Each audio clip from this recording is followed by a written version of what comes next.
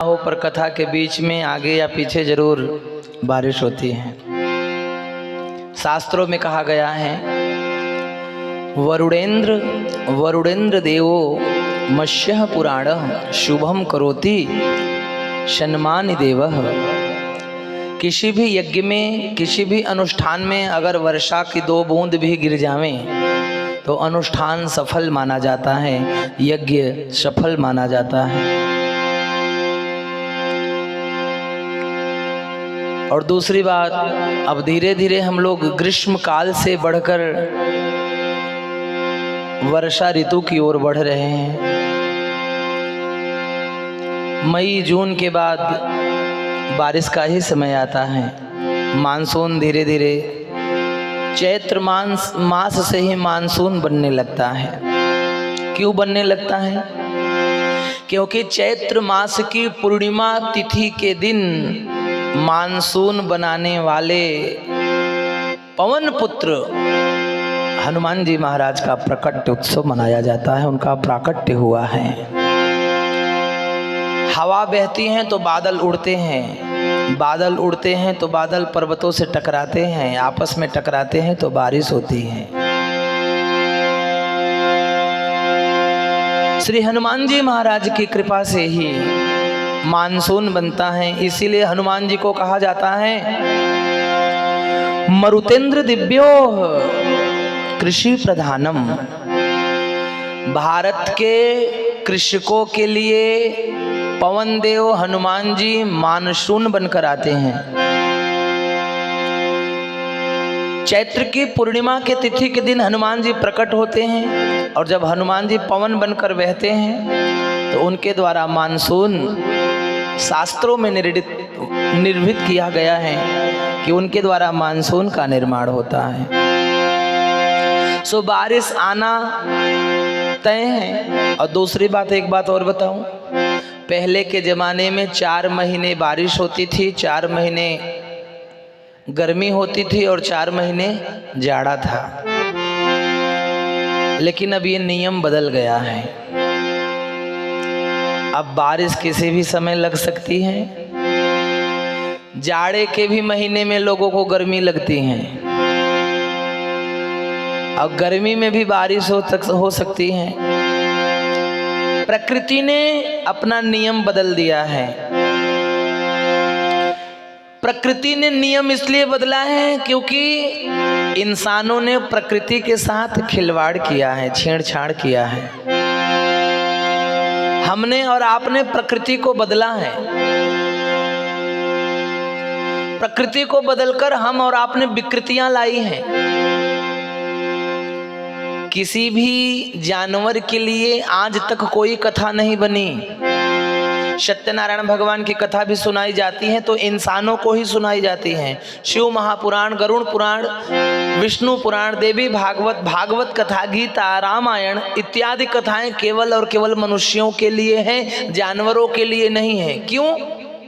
क्योंकि जानवर अपने नियम पे चलते हैं। नियम, क्योंकि मार्ग से भटका आदमी ही है। आदमी अपने नियम पे नहीं है, इंसान अपने नियम पे नहीं है। इंसान अपने कर्तव्य से विमुख हो गया है महाराज। आज के समय में माँ नहीं मातु पिता नहीं देवा, साधुन से करवावहि सेवा। न माता को माता समझते हैं, न पिता को पिता समझते हैं, न भाई को भाई समझते हैं, न गुरु को गुरु समझते हैं।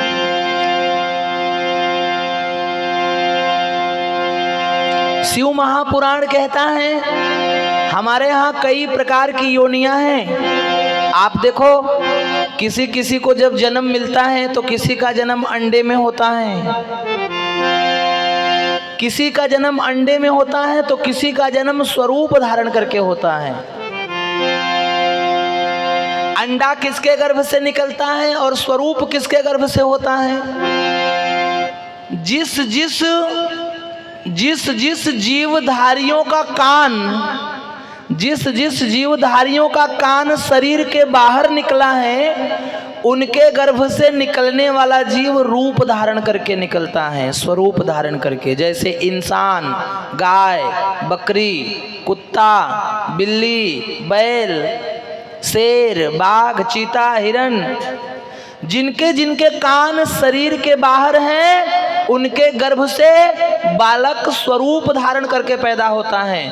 और जिनका कान शरीर के अंदर है, उनके गर्भ से अंडाकार जीव पैदा होता है। अंडाकार, जैसे कान किसके किसके अंदर है? छिपकली, गिरगिट, सांप, बिच्छू, गौरैया, पक्षी, कोई भी पक्षी हो, उनके कान बाहर नहीं दिखते, अंदर हैं। तो जिनके कान अंदर हैं, उनके गर्भ से अंडाकार शिशु का जन्म होता है। और जिनके शरीर के बाहर कान निकला हुआ है, उनके गर्भ से सस्वरूप जीव का जन्म होता है। ये तो हो गई जन्म की बात। अब खाने पीने के भी विषय में शिव महापुराण में लिखा गया है। बाबा ये बल्ब, ये हाइड्रोजन जलवाइए बोल के। भैया क्या नाम है साउंड वाले भैया, ये हाइड्रोजन जलाइए।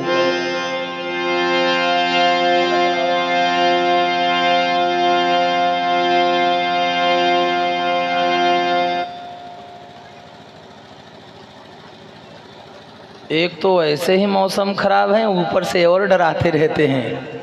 हमने सोचा क्या हो गया भैया। हाँ,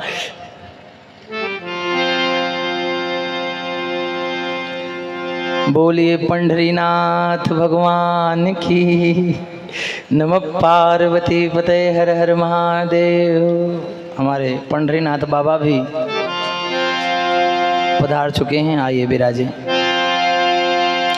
तो ये तो हो गई जन्म की बात कि किसके शरीर से कैसा जन्म होता है। अब खान पान के विषय में सोचिए जरा सा आप। हमारे यहाँ बताया गया कि जो जबान से पानी पिएगा वो मांसाहारी होगा। जो जबान से पानी पिएगा वो मांसाहारी होगा। जो होठों से पानी पिएगा वो शाकाहारी होगा। गाय का नियम है घास खाना, गाय का नियम है घास खाना। शेर का नियम है मांस खाना। शेर के आगे घास रख दोगे तो शेर घास नहीं खाएगा, क्योंकि उसका नियम मांस खाना है, वो मांस ही खाएगा।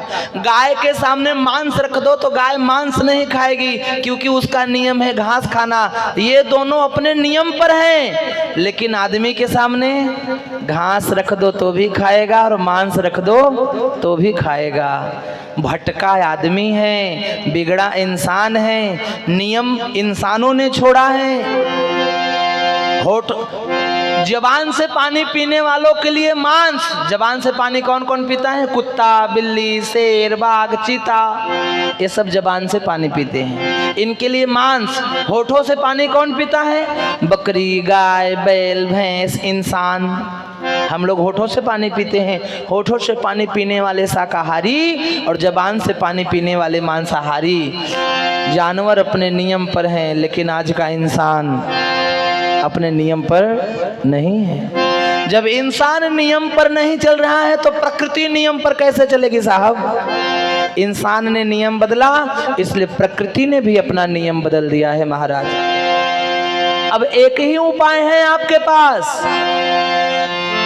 पंती जपून ठेवा, अंधार फार झाला। पंती जपून ठेवा, अंधार फार झाला। पंती जपून ठेवा, अंधार फार झाला।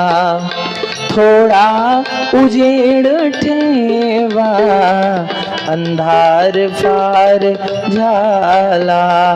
थोड़ा उजेड़ ठेवा, अंधार फार झाला।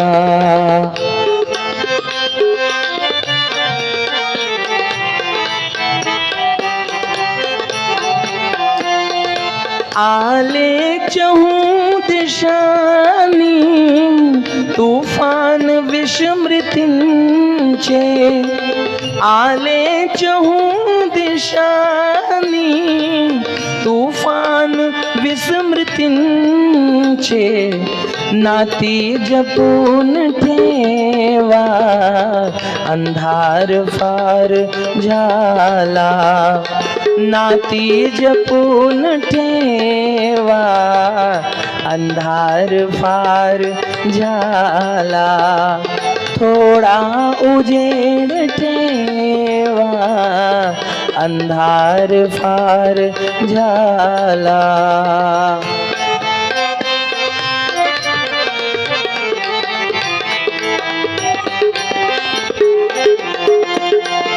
शिशिरातील हिमात ते गोठतील श्वास, शिशिरातल्या हिमात ते गोठतील श्वास, हृदय जपून ठेवा, अंधार फार झाला, थोडा उजेड ठेवा, अंधार फार झाला.